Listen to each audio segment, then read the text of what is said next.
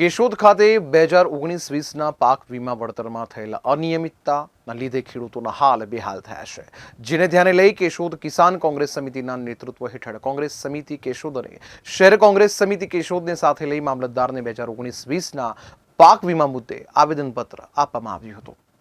અત્યારે જે પાક વીમો જમા થયો છે તે કોઈ એકમને ધ્યાનમાં લઈને આપવામાં આવ્યો હોય તેવી સ્પષ્ટતા થતી નથી, કેમ કે એક જ ગામમાં એક જ પાકમાં એક સરખા વાવેતર વિસ્તારના વીમાધારક ખેડૂતને એક સરખી પાક વીમાની રકમ જમા થઈ નથી, માટે તાલુકાના ખેડૂતો અસમંજસમાં મુકાયા છે।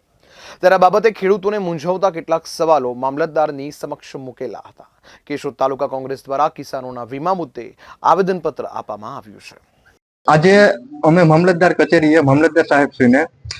કિસાન કોંગ્રેસ સમિતિ અને શહેર કોંગ્રેસ સમિતિ એ મળીને 2019માં જે કેશોદ તાલુકામાં પાક વીમો ચૂકવવામાં આવ્યો છે એ બાબતે આવેદનપત્ર આપ્યું છે। અને આ પાક વીમામાં વીમા કંપની જે એક AIC કંપની આપણે જુનાગઢ જિલ્લામાં ફાળવેલી હતી, તે કંપનીના ઘણા ખેડૂતોને મેસેજ આવ્યા હતા, ઘણા ખેડૂતોને મેસેજ નહોતા આવ્યા, ઘણા ખેડૂતોના ખાતામાં પૈસા આવ્યા છે, ઘણા ખેડૂતોના ખાતામાં પૈસા નથી આવ્યા, પણ હજુ સુધી સરકારે કાંઈ પણ જાતનું આમાં ડિક્લેરેશન કર્યું નથી કે આ પાક વીમો કયા વર્ષનો છે, કયા પાકનો છે, મુખ્ય પાકનો છે કે ગૌણ પાકનો છે, અને જેથી કરી અને કેશોદ તાલુકાના 70%થી વધારે ખેડૂતો હજુ સુધી પાક વીમાથી વંચિત છે। જો આ પાક વીમો 2019નો હોય, આમાં ગામ એકમ હોય તો ગામના દરેક ખેડૂતોને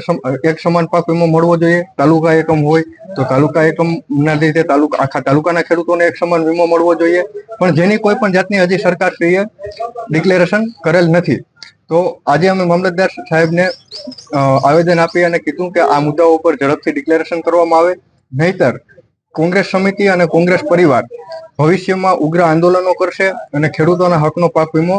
લેવા માટે મહેનત કરશે।